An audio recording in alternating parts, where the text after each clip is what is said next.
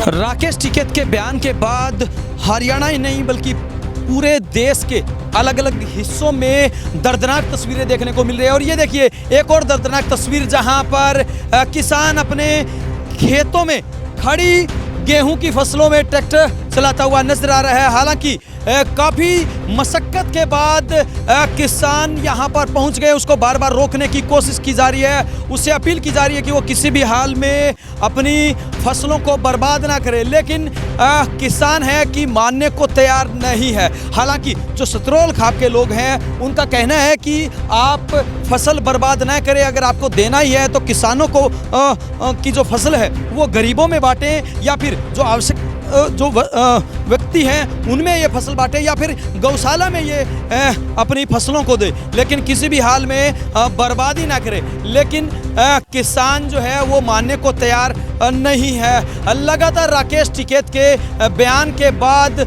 किसानों में आक्रोश देखने को मिल रहा है। हालांकि अगर हम संयुक्त किसान मोर्चे की बात करें तो उनकी तरफ से ये ऐलान किया गया था कि ये संयुक्त किसान मोर्चे का बयान नहीं था, राकेश टिकैत का वो निजी बयान था और उनकी इस बयान को लेकर आलोचना भी हुई है। देखिए लगातार तस्वीरें हम आपको दिखा रहे हैं जहां पर जो किसान अपनी फसलों को बर्बाद करता हुआ नजर आ रहा है, वहीं काफ़ी संख्या में जो किसान है वो उनको रोकने की कोशिश कर रहे हैं। लेकिन लगातार ये तस्वीरें हम आपको दिखा रहे हैं बिंदास हरियाणा की स्क्रीन पर।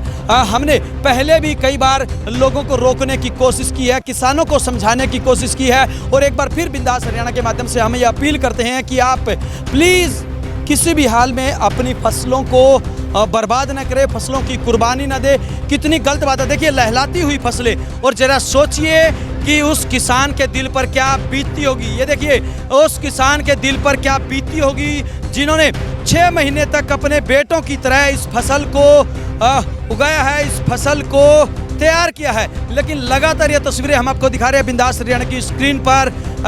ये तस्वीरें आप देख सकते हैं जहां पर किसान अपनी फसलों को बर्बाद करता हुआ नजर आ रहा है। हालांकि बार बार हम ये कोशिश कर रहे हैं कि किसी भी हाल में वो अपनी फसलों को बर्बाद ना करें, लेकिन किसान है कि मानने को तैयार नहीं है। हमने पहले भी बहुत बार कोशिश की है कि वो अपनी फसलों को बर्बाद न करें। और ये देखिए काफ़ी सारे युवा ऐसे भी हैं जो रोकने की कोशिश कर रहे हैं, जो समझाने की बार बार कोशिश कर रहे हैं कि जो फसल पक्के लगभग तैयार हो गई है उस फसल को किसी भी हाल में बर्बाद ना करे। लेकिन किसान है कि लगातार अपने खेतों में ट्रैक्टर चलाते हुए नजर आ रहे हैं और जिस प्रकार से आए दिन ये खबरें देखने को मिल रही है उससे हर किसी का जो दिल है वो रोता हुआ नजर आ रहा है, हर किसी की भावनाएं नम होती हुई नजर आ रही है। लगातार ये तस्वीरें हम आपको दिखा रहे हैं, इन तस्वीरों के माध्यम से आप खुद अंदाज़ा लगा सकते हैं कि कितना आक्रोश किसानों के अंदर देखने को मिल रहा है। आप खुद सोचिए कि उस किसान के दिल पर क्या बीतती होगी जो अपनी गेहूं की खड़ी फसलों को बर्बाद करता है, उनकी कुर्बानी देता है, खड़ी फसलों के अंदर ट्रैक्टर के साथ हैरो चलाकर उनको ख़त्म करता है। तो सोचिए उनके साथ क्या बीतती होगी। लेकिन ये किसान हैं उसके बावजूद भी मानने को तैयार नहीं। काफ़ी सारे लोग हमारे साथ मौजूद है, उन्हीं की जुबानी जानने को सुने। क्या कहना चाहेंगे आप? ये जो जमींदार है इसको हम ये 3 महीने और दिल्ली बॉर्डर पर है और आगे ये कल ही आया था, आंधे इसने फैसला कर लिया अगर मेरी फसल मैं बाऊंगा, क्योंकि ये मोती है नहीं 3 महीने हो गए ये नहीं मान रहा। इस करके जमींदार भी कह रहे हैं ना बाबा जो कहता है जब तक ये मोर्चा के आदेश होंगे वही भरना मैं करूँगा, चाहे मैंने जड़ा नहीं पड़ो चाहे मैंने बाढ़ नहीं पड़ो मंडी में। लेकिन आपको नहीं लगता कि गलत है, किसी गरीब की सहायता करनी चाहिए? ये मैं जमींदार को कह रहा था भाई तू की बजाय गौशाला में दे दे या किसी गरीब का दान कर दे। फिर ये जमींदार है या दिल्ली बॉर्डर पर बैठ रहा है, इसका लगातार 3 महीने तक दिल्ली बॉर्डर पर ये किसान बैठा रहा है। उसके बावजूद जब ये वापस आया तो आते ही इसने अपनी फसलों को बर्बाद कर दिया। क्या लगता है कितना जायज़ है ये बिल्कुल जायज़ है जी। 6 महीने का बच्चे को छोड़ के 3 महीनों के बॉर्डर से आज ही आया और आते इसने यही फैसला लिया मैं अपनी सारी क्यों उगा दूंगा। इसके 2 किले है, ये 2 के 2 किले पाएगा ये। हाँ लेकिन गलत है ये फैसला। गलत तो है लेकिन ये तंग है, तंग हो रहा सभी किसान। और क्या करेगा किसान, तंग हो रहा सरकार के काले कानूनों से। सरकार के काले कानूनों से तंग है। सतरोल खाप के प्रधान भी हमारे साथ मौजूद है। प्रधान साहब, आपको नहीं लगता कि किसान को रोकना चाहिए जी? किसी गरीब को दे दो, मैंने तो मना करा, किला भी काट दिया।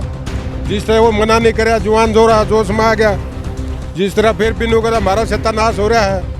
लेकिन इस चीज़ से मतलब हमने कोई संतुष्टि नहीं, हम लेकिन अपना अनाज या फसल हर बावांगे, हमारा पर रोके तो रुके नहीं, फिर भी थोड़ा का हाथ पार जोड़ लिए हैं, मनाया है।